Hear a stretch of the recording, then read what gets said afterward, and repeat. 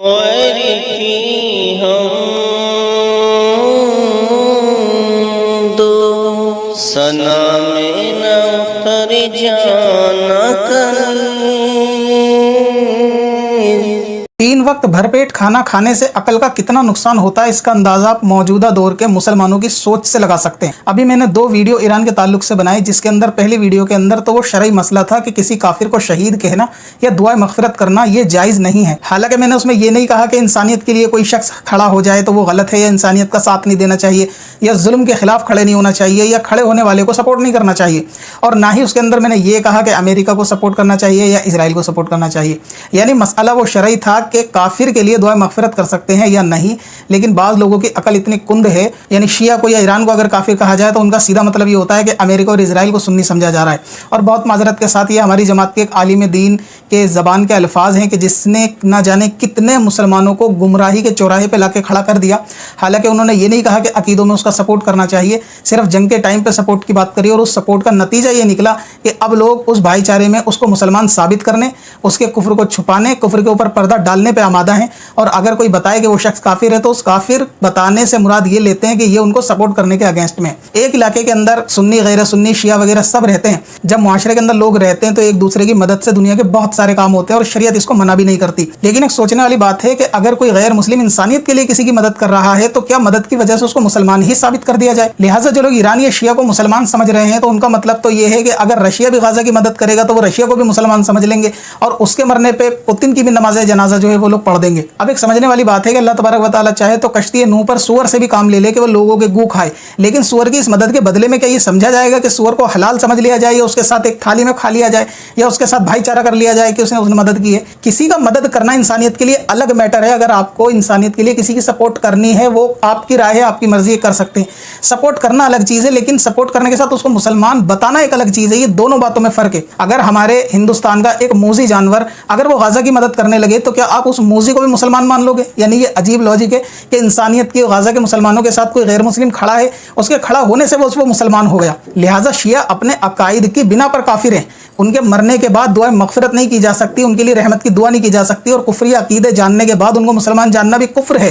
اب اگر وہ انسانیت کی مدد کرتے ہیں تو بہت سارے موقع پہ رعایت ہوگی کہ آپ انسانیت کے لیے ظالم کے خلاف ان کے ساتھ جائیں نہیں جائیں، وہ ایک آپ کا میٹر رہے گا، اس کے اندر شریعت گنجائش دے دے گی، لیکن ایمان میں شریعت گنجائش نہیں دے گی۔ دوسری بات یہ ہے کہ غزہ کے مسلمانوں کا درد بھی ان لوگوں کو ہو رہا ہے کہ جن کو صحابہ کی توہین کا درد آج تک نہیں ہوا۔ یعنی غزہ کے مسلمانوں کی شان اور عظمت ایسی ہے کہ ان کے آگے صحابہ اکرام کی انہوں نے عزتوں کو جو ہے وہ پیٹ کے پیچھے ڈال دیا معاذ اللہ۔ تو کیا نبی پاک صلی اللہ علیہ وسلم کی اصحاب کی یہی شان ہے؟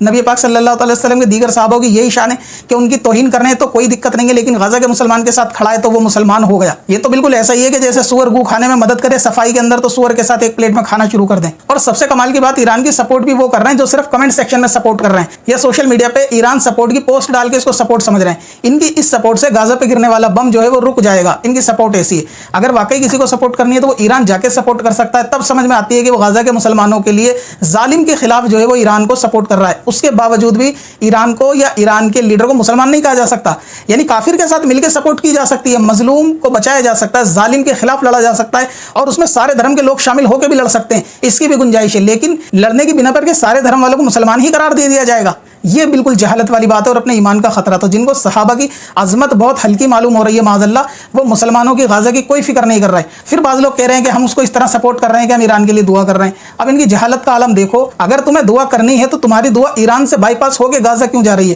تم ڈائریکٹ غزہ والوں کے لیے دعا کیوں نہیں کر رہے؟ جیسے کہ اور دیگر مسلمان اور دیگر علماء جو ہے وہ غزہ کے لیے لگاتار دعا کرتے ہیں، لیکن کچھ لوگ ایران سے ہمدردی دکھانے کے لیے سمجھتے ہیں کہ وہی غزہ کے اصلی ہمدرد ہیں، اس لیے وہ دعا کرتے ہیں۔ حالانکہ ابھی رمضان جانے کے بعد مسجد میں بھی وہ لوگ نظر نہیں آئیں گے اور وہ لوگ گیان دے رہے ہیں کہ ہم ان کے لیے دعا کر رہے ہیں۔ لہٰذا ہر مسلمان کے لیے دوسرا مسلمان دعا کرتا ہے، چاہے وہ ہندوستان کا مسلمان پریشان ہو، یہاں کے حالات خراب ہو یا غزہ کے حالات خراب ہو۔ علماء بھی 5 وقت کی نمازوں میں دعا کرتے ہیں، لیکن کسی سے کہہ کے دعا تھوڑی نہ کی جائے گی، اور دعا سبھی لوگ کرتے ہیں۔ اب رہ گیا یہ کہ ایران لڑ رہا ہے تو لڑنا اچھی بات ہے، لیکن لڑنے سے مسلمان کیسے ہو گیا؟ یہ لاجک مجھے سمجھ نہیں آیا، کیونکہ ظلم کے خلاف تو کافر بھی لڑ سکتا ہے، کافر کا بھی ساتھ دیا جا سکتا ہے، لیکن اس کو مسلمان بتانا ایک بالکل نان سینس والی بات ہے۔ لہٰذا ایسے پرفتن دور کے اندر کسی کافر کی موت کے اوپر لوگ جو ہے وہ اتنا غمزدہ ہو رہے ہیں کہ اس کے لیے مغفرت کی دعا کر رہے ہیں. تو ایسے میں مسلمانوں کے ایمان کا خطرہ ہے. ظاہر سی بات ہے مسئلہ اسی وقت میں بتایا جائے گا. بہت سارے لوگ کہہ رہے ہیں بعد میں بتاتے. میں ایسے جاہلوں سے پوچھوں گا کہ روزے کے مسئلے بقرعید میں جا کے پوچھتے ہو کیا؟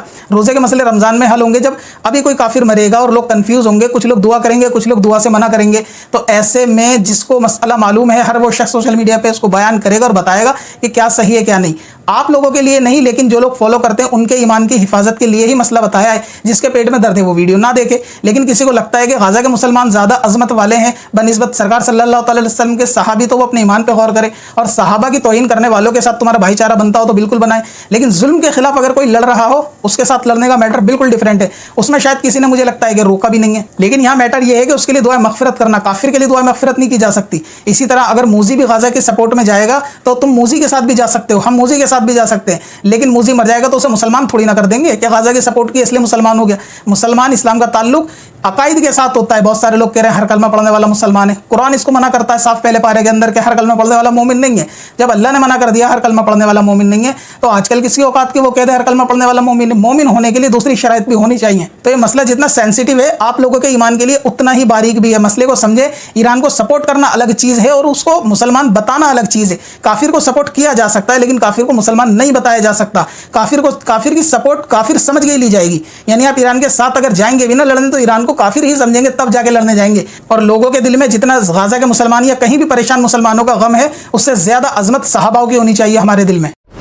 اگر آپ بھی آسان طریقے سے گھر بیٹھے اردو پڑھنا لکھنا سیکھنا چاہتے ہیں تو آج ہی ہمارا بیسک اردو کورس خریدیں. بچے اور بڑے سبھی کے لیے. زیادہ جانکاری کے لیے وزٹ کریں varsistore.in پر یا ہمیں انسٹاگرام پر کانٹیکٹ کریں. جان سید سعادت ہے